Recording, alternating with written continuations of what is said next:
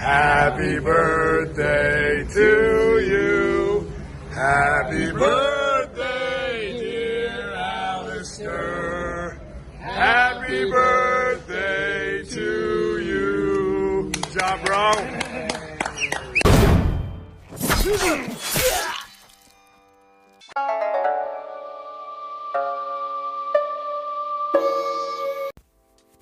It's been a week of the 40-year-olds, beating the young guys, man. You got Texeria, an older fighter who seemed to turn back the hands of time. And then you got Alistar Overeem winning on his birthday at 40 years old. Both guys are 40.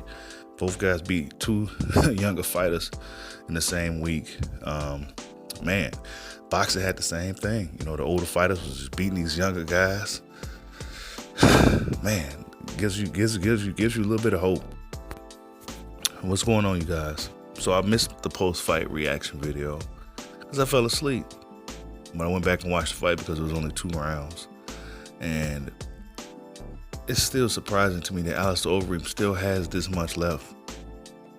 After all the fights he's been in, all the bad losses that he, had throughout his career, he is still here. I think some guys are just real fighters at heart, man. Some guys, we want them to retire. We feel they need to retire. We wonder if their team is telling them to retire. But then there's some guys this is just who they are. Roy Jones, Alistar Overeem, Anderson Silva. It's just so many guys we could name that a lot of us felt deep in our heart that this guy's in here doing this for too long. But Alistar Overeem, he fought Walt Harris. Walt Harris, as a lot of us know, or if you don't know, now you know.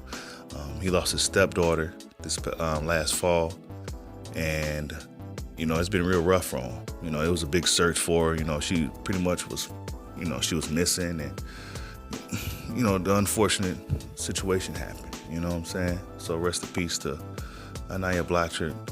Hopefully I said her name right, but yeah, Walt Harris. This was a win-win for him. Even Dana White said so. This is a win-win for him. Him just being here is a win. So he ain't got to worry about getting cut or anything like that. It was a really rough time for him. I remember hearing about it quite a bit when it was going on, and it was him fighting Alistar Overeem. It was nothing but respect. He actually dropped Overeem in the first round. He was actually really close to finish Overeem, but then Overeem in the second round knocked him out with a head kick, and got to end up getting a TKO stoppage. And that's just how it works sometimes. Overeem has a lot of experience. Or should I call him Uberreem? Y'all remember that? Uberreem, before the Uber taxi service thing came out, they was calling Alistar Overeem Uberreem back when he was in, Strike Force and, fighting and kickboxing and doing all that, ruling the world.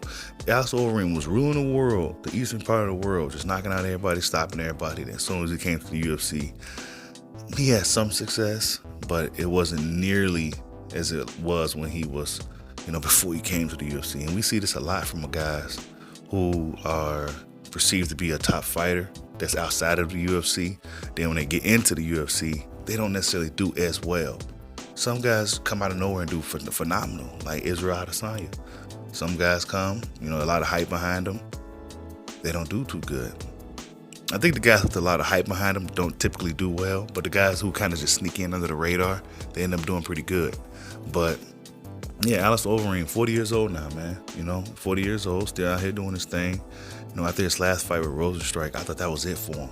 No, was that Rosenstrike that messed up his lip? Yeah, Rosenstrike messed up his lip real bad. The guy that got knocked up by Francis Ngannou this past weekend, he fucked up Uberreem's lip so bad. I